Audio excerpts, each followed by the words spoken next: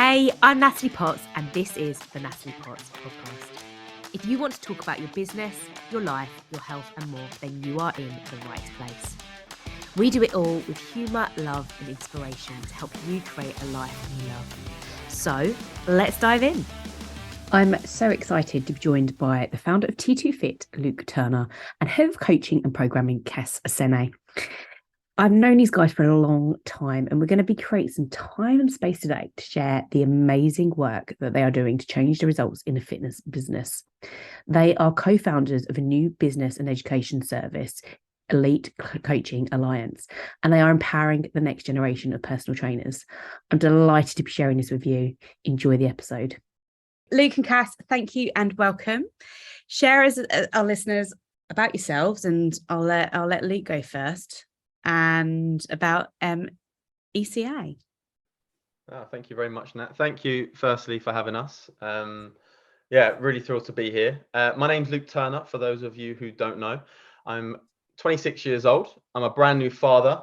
And really excited to talk a little bit more about the Elite Coaching Alliance, which is a new business and educational service that myself and Kass have founded.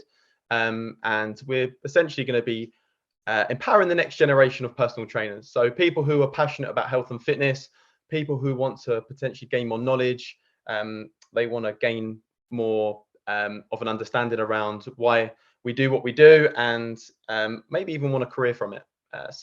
Really excited about that. So I'm 26. I've been in the industry for 8 years now, and my journey started way back and just before getting qualified. Actually, my whole journey kind of was geared up to become a professional footballer. That was my main goal, and that was the main reason why I thought I was put on this planet, to be the next David Beckham. Unfortunately, that didn't plan out. So I was looking for plan B, was thinking about what do I want to go into. My dad being in more of the building background, I didn't really want to go into anything that was around construction. I loved hard work, but I didn't like the winter months when I was out in the snow. So I was like, what am I going to do? I love training. I used to go to the gym with the boys from football a lot, used to help them with their training. So I was like, okay, there's a level 3 qualification going on at the football club. Let me give that a go. After 2 years, became fully qualified, and then jumped into the commercial space. Worked there for another 2 years, working with one-to-one clients and group classes. And then opened up my first small studio in Addiscombe and was there for 4 years on my own, working my ass off. So one-to-one personal training, small group personal training, spin sessions, large group sessions, the lot, you name it. I was there from 5 a.m. till 10 p.m. at night. And then COVID hit, pivoted onto the online world, which worked out really well for a short period of time. Really tough year through that period of 2020 to 2021. But a lot of things now in reflection happened for me. So opened up a new space, May 2021. We were able to actually find a new facility, which was much bigger and could facilitate a team, which was my main goal and my main passion, to be able to help more people who wanted to change things like their health, their fitness, their confidence. And now we're a year and a half in, and we have a team of 10, and we have over 200 people per week who come through our doors, and we work with the best coaching team in the UK. And we're the leaders with the small group personal training world. So that's a little bit of a background on me. That's a short story. Kass, welcome. Yes, thank you. Thanks again for having us tonight. So my name is Kassim, Esene. I've been in the industry for over 10 years. I need to do the maths, but 11. No. I think it's just under 10 years. Like this should be, just under 10 years.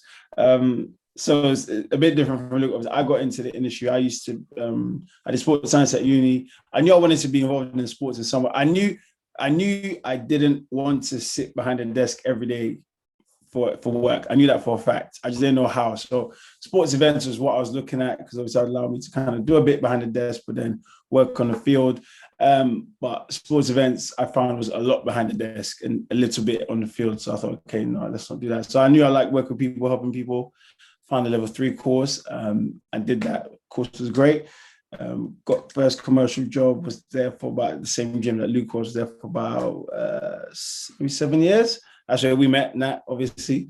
Yeah. So I was there for a while. And then I think in terms of, my move to, obviously I moved to the facility with Luke at T2 Fit. That was inspired, obviously COVID hit. And then my son was born that January as well. And I think obviously what we spoke about earlier was, you start to think about life, you start to think about, like comfortability. Like, what do you want to do? What do you really want to? I started to think, okay, when he's older, how can I tell him to take risks and try stuff if I haven't done it myself? Do you understand? So that made me think, okay, let me try something. Let me step out my comfort zone a lot more. I think him being born made me step out my comfort zone even more. Like I was really getting out my shouldering, but him being born made me step out my comfort zone. So obviously speaking to Luke was an opportunity to start something afresh, which was even great because we have a certain idea of how, personal training should be, how a service should be delivered. And it's rare to kind of step into an environment where that kind of standard is already there, and that culture is already there. So to be able to build that culture from the ground up in terms of the programming, in terms of how the coaches deliver sessions, in terms of how just the whole setup was a too good opportunity to turn down. So that's why I head over to T2 Fit as the head of coaching and programming.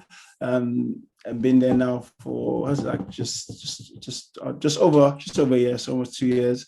And also did a bit of online coaching as well. So that was just all part of, just trying to help more people, really, just work with more people, help more people achieve their goals. Because that's ultimately why we're in this industry for, is to help people, like Luke said, have more confidence, get healthier, get fitter, get stronger. We really, someone asked me one time, what do you do? And I said, I'm a life changer. and that's legit. That's legit how I see it. Is like we change. So I said to someone that we impact so many people's lives on a daily basis. It's like if you come to our gym, that you have a good session, you go home, you speak to your family, they feel good because they feel your positive energy. Then it's a butterfly effect, you understand? So people don't really look at it like that. But personal trainers, in terms of, and that's why with the ECA, we're trying to really change that notion of what a personal trainer is viewed as, how they're viewed, because we do actually play a huge role in society. And it's unfortunate that, the level is viewed as being, too mixed. So we're looking to try, like I said, empower and, lead the next generation of personal trainers that will bring up the whole standard of coaching in the UK and the world. Because like I said, if one wins, everyone wins. If one person has a great experience with a coach, they tell someone else, then they tell someone, and before, like I said, that butterfly effect, and just the whole industry as a whole improves, because it's coming. Like I said, the standards are definitely changing, but I still think that there's still some work to be done, and hopefully with the ECA we can impact more people's lives with that. So yeah, I love all of that. And I think what I love about what I've seen from you guys is the real client experience that's created. And people are always like, what's your USP, what do you do differently? But the fact that sometimes you just do the basics very, very well, and you start like that point in understanding people, building a relationship, the fact that you know what you stand for, you've got very strong values in business, but with that you're very patient in terms of we're here, and like even seeing your journey, Luke, with it in terms of where you started out and what it is now, and then what you want the future to be. That vision is often where people struggle, or they want it now or tomorrow as such. And actually just understanding that, like you said, Kass, that it's touch one person's life really well, then they had the power to touch them. And I think they call it like starfish as well, that you had the capacity to change so many lives just by impacting one person. I'm really glad though you alluded to the fact that life changer is positive, Kass, because it could go either way, couldn't it? I'm a life changer. Yeah, that's it, man. That's it. I can tell you so much. I mean, we've got so many stories of people's lives. So, and when you hear it, like I said, you think, right, wow, like what do these guys do? Because if you asked us, okay, what do you guys? We've got these two guys on our podcast here today. And and we told you some of the stuff that we've done, some of the stuff that we've helped people do. You'd be like, right, these guys doctors? Are they like, you know what I mean? But you wouldn't really know. It's crazy. So when you think about it like that, and it puts a different spin on it, then you think, okay, wow, personal training should be held to a higher standard. But again, like I said, I think people see different stuff, so they automatically have a vision of what a personal trainer should look like. And again, our hope is with the standard and with the way we do things, it will change and change that perception. Like I said, it will take some work, but we both understand what we're trying to do, and hopefully, like I said, in the future, it will be a mark where we look at, okay, yeah, these guys were able to kind of help usher in that change as well. So yeah. I think what I've noticed as well, and I stick very much by it, that we're in worlds with coaching and what we do as well, that I find it very smokes and mirrors. And I know you guys are very strong on, like I just said, knowing what you stand for and your values in business, the same as I am. And I hold integrity and credibility, having fun, energy and transparency really close to my heart in terms of the experience I deliver. And and knowing that I don't actually need thousands of people to help. I just want to help one person at a time, knowing that I can genuinely get the results, and like we've said before, bringing the right people towards you and the others away, and aligning with that, and change, like you say, changing people's lives for the better and making that improvement is what makes you, I think, can make us. It sounds like it's a lot of work and everyone's doing it, but everyone isn't doing it. They're not doing it to that degree. They're not doing it with authenticity. That's a buzzword at the minute, but they're not genuinely giving service in a way to meet people where they're at and understand what they need, and doing it in the right time to really help them get results. There's a lot of people making promises out there that they can't deliver as well. And we'll see that all the time in coaching, and they just want to take people's money. And I'm standing by that's wrong. And you've got to be invested in what you do. And I was talking with someone recently, like, well, your energy attracts people, it's not all about what you do. And I thought, that will hold you up at some point. I'm really big in credibility from that. Not that you've got to get distinctions in things and be like, top A star and stuff, but you've got to know what you're doing and be able to serve people very well when you're in the service-based. Yeah.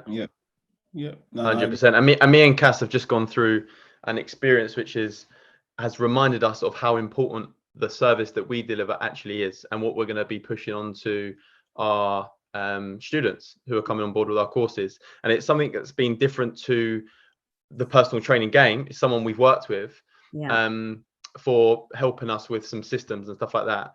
And it's just like, that it's made us realize even more how important the little things that we do actually are.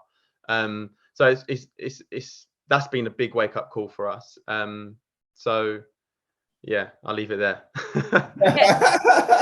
When you think of, like we say, our relationship, how long, like Kass was my first personal trainer, and for 2 years, because I trusted him and we built a great relationship, and then we've kept those, you and I, we've kept those relationships going, and you invest in yourself. And I always say business is about relationships, and it's about, well, I say to so many clients, like, who do you know, who's in your world that you can serve and help, or who knows people, if that's not, stop worrying about the fear, the rejection as such, and just generally come a place from purpose, intent, and wanting to serve people and help people with sometimes not always expecting something back as well, but just generally helping people move forward and being very good mentors. And almost, I think, like what a lot of I've noticed my mentors do really well is just hold a space for me to like think and reflect as well, which we don't do enough of, and think about what's working well, what's not, but with a level of challenge within that as well. And I definitely that's, you guys are very reflective in constantly thinking about how else can you serve your clients better, but not holding yourself back. And actually, probably we could push this a bit tougher, and we could do more, etc. And it's just about, that's where you need the mentors and people that have been there, done that, made the failings, and you kind of don't make them, right? Yeah, I mean, 100%. the thing I always think about, and I think is if I come to you now and I say, okay, now this is where I'm at, I want you to help me to get to this position, I'm willing to give you whatever, right? I'm investing my time, my finances, my whatever, just I'm trying to say, into you, with the vision that you're going to at least try to get me to where I want to get to. So for you to not take that seriously, I don't understand that. I really don't. Like, how could you? Just what I'm trying to say is that when with I heard someone say that if a personal trainer, if you come to a personal trainer and you say, okay, I want to do this, I say, okay, I can help you do that, and I can't. That's almost equivalent to malpractice. It's like you go into a doctor and say, I need this help, and he says, okay, and he prescribes you the wrong thing. That's malpractice. You understand? So as coaches, whether it's lifestyle, whether it's in the health and fitness industry, like when people come to us with the health and fitness and say, okay, yeah, help me with this, it's like for us to at least try and take that thing really seriously and give them a good service, good experience. Like Luke said, even if you don't know, hold your hands up and say, okay, I don't know. I will try and find out and I'll come back to you. Just what I'm trying to say. So to have that pride in delivering a good service, or at least at the minimum a decent service. Like I just don't understand how, you know, you as a coach would not want to do that. Because it's very important. Like I said, let alone forget the referrals, forget all that stuff. Just that individual has taken the time to invest that into you.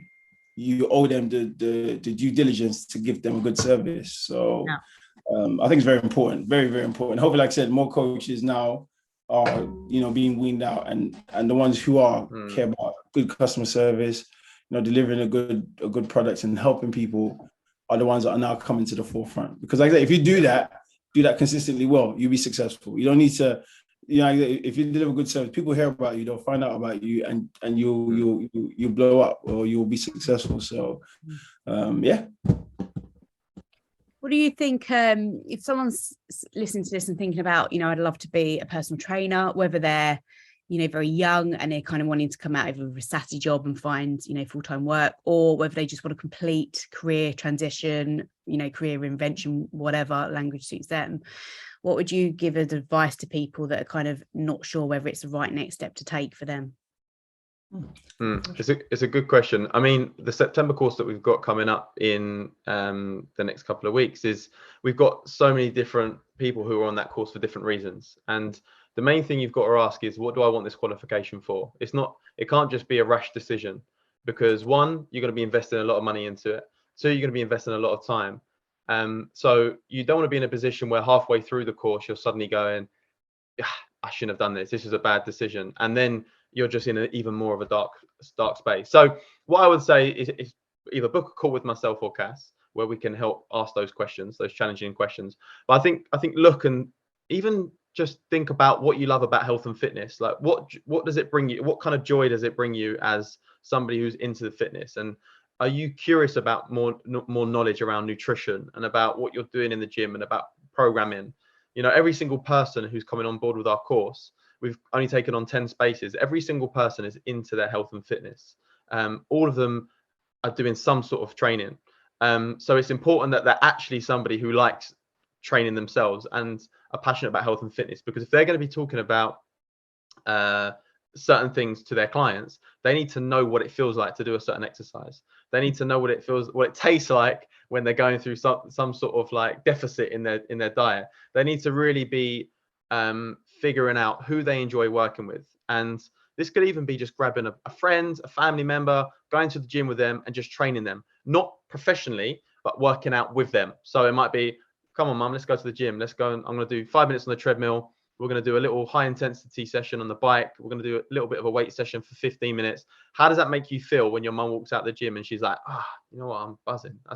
How does that make you feel as a person? Is it something that you were more selfish about your training session in that moment, or were you more inclined to help someone else? And for me, whenever I've gone to the gym with somebody, even if I'm training myself, I'm always looking at ways I can improve that person and help them, whether it's spotting them. Is it annoying when they're training and you want to jump into your set? If that's annoying you, then maybe personal training isn't the industry for you. But if you want to help that person, if you're willing to sacrifice a bit of your rest time to take another minute to help your mum with her technique, then I would definitely think about considering personal training as a career. If you're somebody who is looking for a bit more freedom around time, so you want to be in charge of your own time, if you want to run your own business, I mean, we've even got someone who's a physiotherapist who's looking at having this alongside her current practice. So it just shows you the different kinds of individuals that are looking at going into this space. And I put a really good post up the other day about why the industry is going to be growing by 37.8% over the next 10 years, why people are going to be hiring personal trainers over the next 10 years. And it's because there's a gap in the market for accountability. People need to be held accountable. Yeah. Both clients and personal trainers. So something I was going to touch on with what Kass was talking about there is that I think the industry, the standards at times can dip because there's no accountability to that personal trainer. You come and work as a personal trainer at T2 Fit, and all those bad habits that you had will be gone within a week, because you're watching what everyone else is doing. You're going, oh, wow, Kass doesn't do that with his clients, or Kass isn't on his phone when he's training his clients, or James isn't talking to people when they're doing a set. And all those habits just start to drop. So it's about also within the industry, the standards being brought up is having people like myself and Kass who can hold you accountable, but also being part of a team and being in a gym where people actually value the qualification and value being personal trainers as you would do a doctor or lawyer. Yes, you're not going to university for 8 years to be able to get a degree in that realm, but you should have the respect for the qualification as if you were to be a lawyer or a doctor, because as Kass spoke about, we are life changers. People who have, not been able to have children after a few years of having coaching are now able to have kids.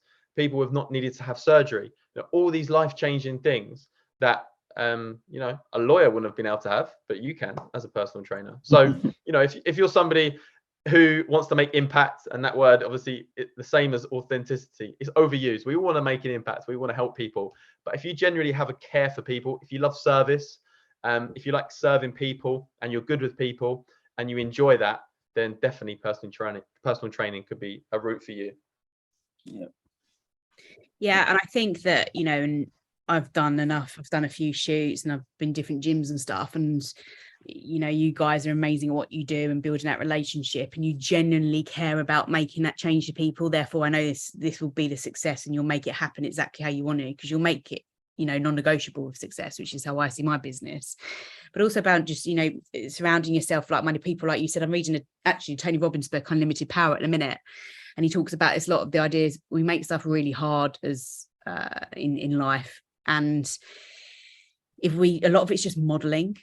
And like you just say there, if you showed up and you're around those people that are successful, you become part of that, and it becomes innate, and it's contagious. And I think if you're missing accountability, and that's what you guys are offering in this, which you are, and I know you do it great and genuinely, the same with coaching, that's what it brings, is holding you accountable to be the best you can be. And you've got to give into that as well. It's, it's a two-way part. And that's what I loved about a client that was working with me the other day. They said the relationship we have two-way. I'll help them on bits, but they've got to be invested, like Kass said, in financially, energy, time, because I can't bring that to the table for them. They've got to really want that. And like you said, Luke, there is points at us being very honest as coaches and saying, maybe this isn't the right decision for you to make right now. And that a lot of people can't do that, or they're too scared to say that because of what it might mean to them. When I personally think that's a level of service too, is being honest with somebody to say, if I wasn't sharing this with you, I think it's a disservice as well. And that's a huge part, like you said, is being honest and having that honest conversation, and being actually, or even asking the tough questions, and do you know what I mean, like, to find out exactly what it is, why they want coaching, or because even asking those tough questions might actually help you find out, okay, this is the real reason why I want coaching, and then your journey will be much better. Whereas if you're coming on for coaching because of this, and they're like, why do you really want coaching? If you can tap into that and really own it, that makes your drive, because you've identified what you want. So when people say, I want to lose weight, but why do you want to lose weight? I don't know, I just want to lose, I just want to, you know what I mean? But when they find out, okay, they want to fit in their bikini because their ex is going to be on the same holiday. You understand? If you can tap into that kind of motivation. That's unfortunate. But if you can tap into that motivation, they're hitting that goal because they know how they'll feel when they go on the beach and their exit. It's like setting big goals, right? You have to visualize where you want to be, and when you're having those low days as a client, they can you as a coach can help them visualize where they want to be, and remind them, reaffirm why they're on that journey. I think it's important too. It's the under the surface stuff I'll say to lots of people, and as as simple as a question can be, what do you want? A lot of people don't know what they want. And sometimes when I say, what do you really want? It's like you just said there, it's, fitness is always a great analogy for anything, but it's like, when I remember years ago working on a fitness mastermind, and, it used to be about tapping into people's that they don't want to just lose weight to feel good. They want to lose weight to have better sex, to, like you said, Kass, to walk down on a beach and feel good in a bikini, to look in the mirror and say, yeah, I feel I look really good. It's in me. Or if it's business, they want to pay the bills so that they can be the breadwinner for the family, or to make sure that they've got electricity and, food, and they don't have stress where they don't sleep. It's the real under the surface stuff that, like you say, people fear to ask those questions because it's tough, right? It's a tough thing to do, to ask ourselves these inner deep work questions, and people put that off. If you were to think of your journeys, if there was one thing you could have let go of when you were younger, And I don't want to say you'd be more successful now, you'd be further ahead, because kind of we are where we are in life. And I think we should be, you know, it's like me saying I wish I'd left corporate earlier, but it's like that knowledge and experience got me to where I am now. So I'm not sure it's always as easy to think and say that. But what is one thing you think you could have let go of that in hindsight that actually you would give as like a mentor advice to people coming through their fitness journey? Can we take that away first, or do you want to go? Yeah, I'll give you some time to think. Yeah. I know, man. I'm going. If you want to go, I'm trying to think how deep I should go on this podcast. But mine's easy. Like I said, mine's fear. Just a fear of, just a fear of, and I can originate it to many moments in my life that fear originated from, like many moments. Like I said, if we talk about, we'll be here all day. But it's that fear compounded, and before I knew it, I just wouldn't try things out of a fear of, you know, what if it doesn't work? What if this happens? What if that happens? What if, do you know what I mean? Just that. And I think I've got to a point, like I said, where partly when my son was born, and partly being around people who, like yourself, now who'd made decisions, that big decisions, what I'm trying to say. So, and actually seeing that and thinking, oh, it's not that bad. Like if you see someone do something, if you see someone do something, like, oh, that ain't that bad. You know what I'm saying? But in your head, you play it up to be so big. Like, oh my gosh, that's just crazy. Yeah. And but it's so funny because something we could talk about is that us on the other side now, talking to trainers and coaches and telling them, okay, you know, if you do these things, you'll be okay. But they're gonna have those preconceptions. They're gonna have that. Do you know what I mean? I can't do that. And it's how to kind of coach them in ways like, listen, we've been there. Listen, if this, like we could talk about, if we could go back to our commercial job a couple of years ago, like, would we be able to sell out in a week? And I was like, easily. I think I would have a full book. But it's just the fear of, you know, oh, I don't want to try that, don't want to try that. And I think with me is with age. I'm at the age now where I'm married, I've got two kids, I've got a kid on the way. Like, what do I really care about? I know who I am. Like, someone can't come to me and say, oh, you're this. And I'm like, you know, when you're younger, those words impact you a lot. Yeah. When you know who you are, those things are like water off a buffalo's back. So and that's something I'm trying to teach my son now, is not to have that fear, because I know how, like you said, it can impact you from a younger age. And like you said, obviously everything in life has a reason, but you know, you never know what opportunities you could have had if you didn't have that fear to try things and to go out and take risks. You understand? So that's definitely one thing. And I'm still working on that now. Like I said, to this day, it's just letting go of that fear and trying stuff, like listening to podcasts like you guys said, just trying stuff. What's the worst that could happen? Really, what's the worst that could happen? No, okay, that's fine. You know, you try again. So yeah, that's my one. Luke? Well, I mean, just to go back to Kass there, I think there's definitely scope for an undercover personal trainer for a week. Can you get sold out in a week being in a commercial space? I said to Kass, that's got to be a YouTube documentary or something on Sky. I'm telling you. I'd love to try it. I'd love to try it. Because it's so true. When you are in that space, like when I think about my mindset back then and thinking of how difficult it is to get clients, my mindset now is that I can get a client just by shopping in Tesco's. Yeah. You know what I mean? I could be in a queue somewhere and catch a client. But I definitely do think in the next 2 years we should do an undercover personal trainer. I'm telling you, go in there. You got a week to sell out 40 slots. See if we can do it. Pop in the diary. Can you just say the question one more time for me, Nat? If you were to kind of think back over your years and coming into PT or your own business, what was one thing you would probably let go of, just to kind of, if someone's a bit stuck on something now and thinking they're overthinking it or something? Yeah, I think make your decision quickly, because what I found, especially from going in from a one-to-one space, I should have moved a lot quicker through that 4-year period. But having said that, I've learned what I've learned from that 4-year period. So to give an example, one-to-one personal training, even through coming into the new gym, which we opened in May, that's something that I should have cut off immediately. And my long-term vision was to have the leading small group personal training facility alongside the best team of coaches in the UK. So what was the point in me continuing the one-to-one personal training business alongside the small groups and distributing my energy between the two? I should have just cut the one-to-one off a lot quicker. I did eventually open my eyes up a lot quicker.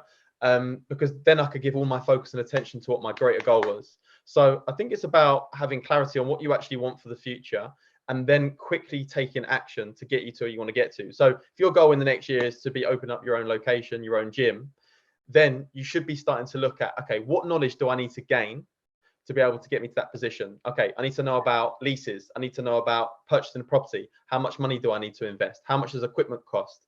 You know, all these steps, you're probably looking at a year to even acquire a facility. Yeah. So it's really kind of looking at things, finding out what your goals are, and then making decisions really quickly, and then learning from them if it doesn't work, and then starting to pivot into what you're going to go into next. So I did recently read something that said, it was really good. I think it was Ray Dalio. I'm reading his book Principles, and he was talking about take your time with decisions, but adapt really quickly. Which I think there's also something we've got to take from that too. But for me, I should have just taken the decision to move away from the one-to-one space a lot sooner. But for me, I think it was more of a security thing. It was more a case of a bit like Kass, actually. You know, what if it doesn't what if it doesn't work out? I've still got one-to-one training there where I've got regular income coming in, and I know I can serve these people well.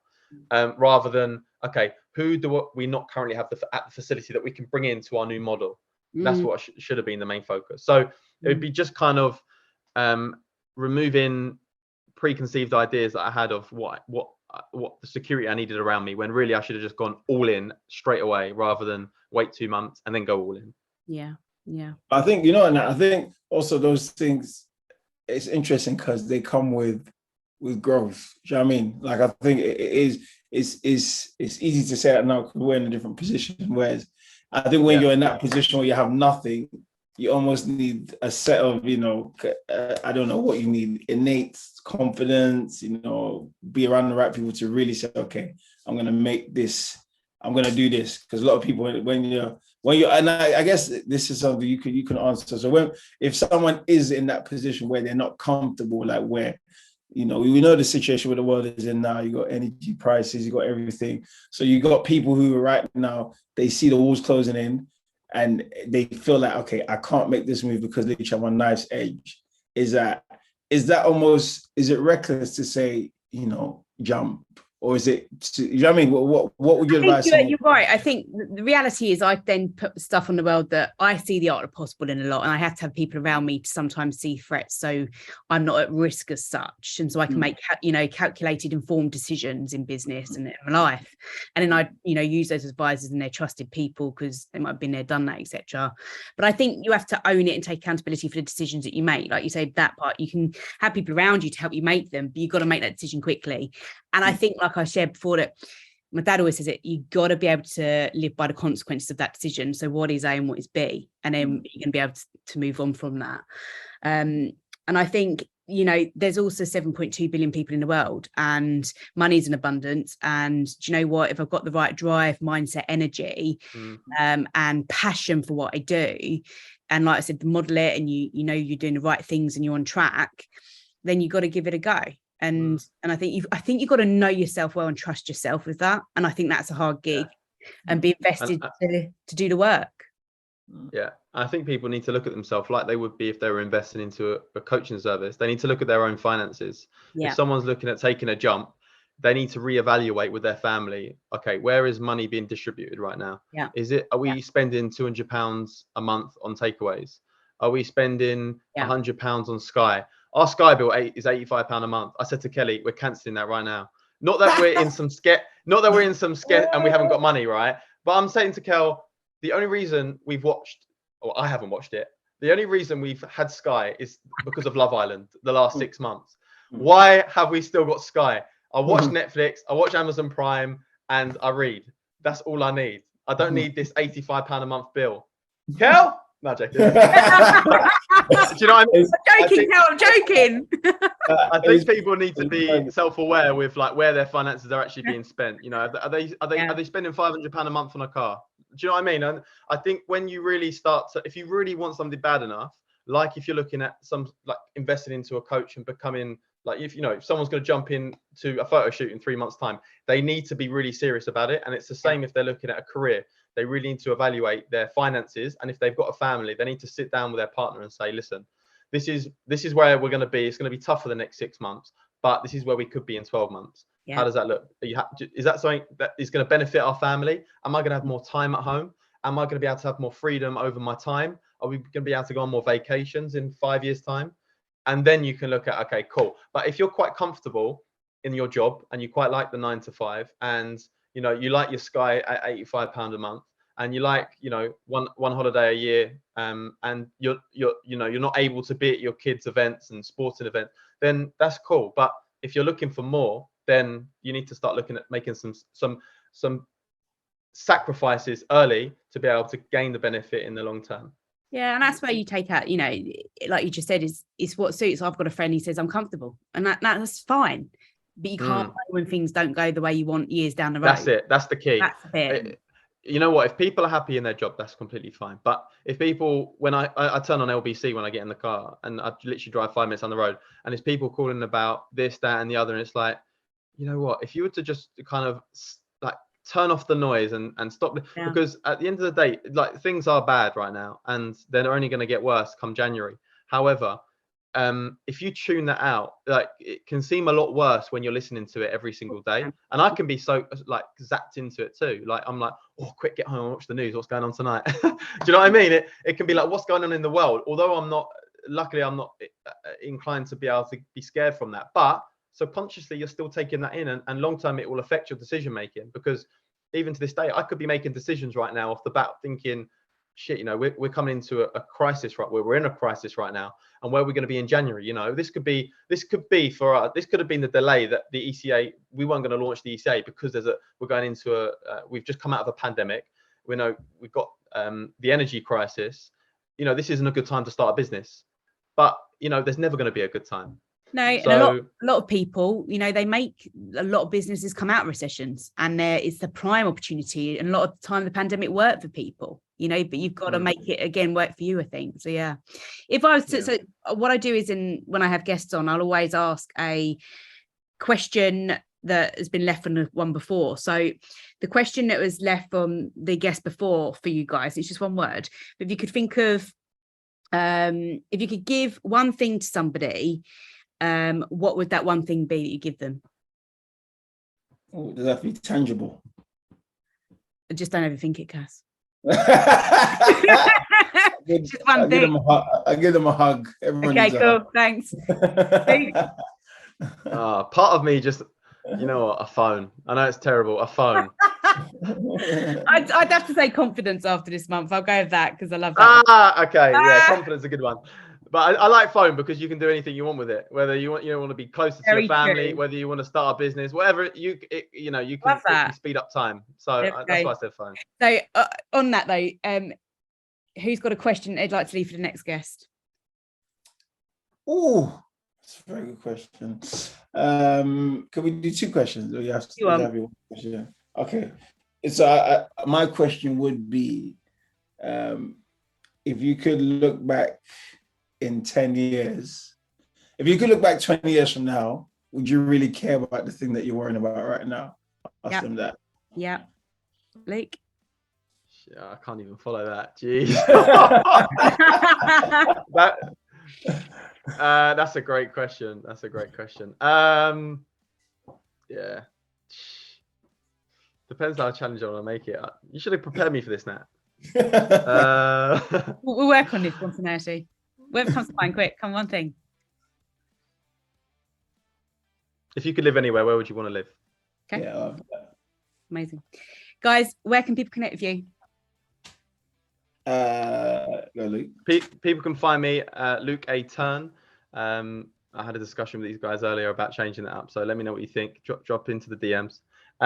You can find the ECA at elite_coaching_alliance. Yeah. And Kass, where can they find you, my friend? Coach Kassim, Coach Kassim, not the other Kassim. There's another American one, but Coach Kassim, Kassim, and same at elite_coaching_alliance. Guys, it's been a pleasure. Thank you so much. Thanks for having me, Nat. Thank you so much, and well done on all the hard work you've been putting in as well, Nat. It's inspiring. So keep it up. Thank you so much for listening. I hope you enjoyed today's episode. If you felt inspired, please make sure you share this with a friend and subscribe to the podcast so you never miss an episode. I really love hearing feedback from you. So if you have a question, topic, or want to hear from someone you love on this show, then head to my website, Natalie Potts Coaching, and let me know. Until next time, have an amazing week and know that you have value to offer this world.